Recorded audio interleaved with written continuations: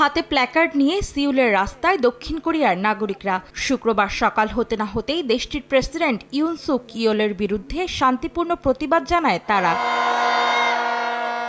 সামরিক আইন জারি ঘিরে দক্ষিণ কোরিয়ার প্রেসিডেন্ট ইউন সুক ইয়োলের অভিশংসন নিয়ে উত্তেজনা বিরাজ করছে দেশটির রাজনৈতিক অঙ্গনে। শুক্রবার দলের এক জরুরি সভায় ক্ষমতাসীন দল পিপিপির প্রধান হান দুং হুন বলেন, ইউন ক্ষমতায় থাকলে বিপদে পড়তে পারেন দেশটির নাগরিকরা, আর তাই প্রেসিডেন্ট পদ থেকে তার সরে যাওয়া উচিত বলে মনে করেন তিনি। এছাড়া মঙ্গলবার সামরিক আইন ঘোষণা করার সময় রাষ্ট্রবিরোধী অভিযোগে প্রধান রাজনীতিবিদদের গ্রেফতারের যে নির্দেশ দেন প্রেসিডেন্ট, সেই প্রমাণও গোয়েন্দাদের মাধ্যমে পিপিপি পেয়েছে বলে জানান দলটির প্রধান।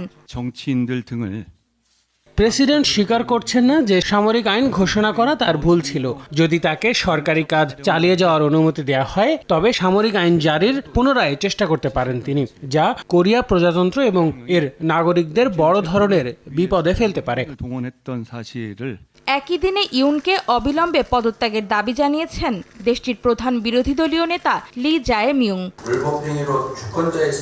যিনি অসাংবিধানিক এবং বেআইনি কাজের মাধ্যমে মানুষের জীবনকে হুমকির মুখে ফেলেছেন, তাকে রাষ্ট্রীয় দায়িত্বে আমরা 1 সেকেন্ডের জন্যও থাকতে দিতে পারি না। আমাদের উচিত যত দ্রুত সম্ভব তাকে দায়িত্ব থেকে অব্যাহতি দেয়া।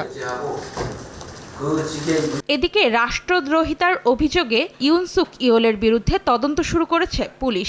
তালিকায় রয়েছে সাবেক প্রতিরক্ষা মন্ত্রী, সাবেক সেনাপ্রধান এবং স্বরাষ্ট্রমন্ত্রী লি সাং মিনের নামও। তাদের বিরুদ্ধে এরই মধ্যে 2টি অভিযোগ দায়ের করেছে বিরোধী দল রিবিল্ডিং কোরিয়া পার্টি ও 59 জন পরিবেশ কর্মী। অন্তরা সেন, সময় সংবাদ।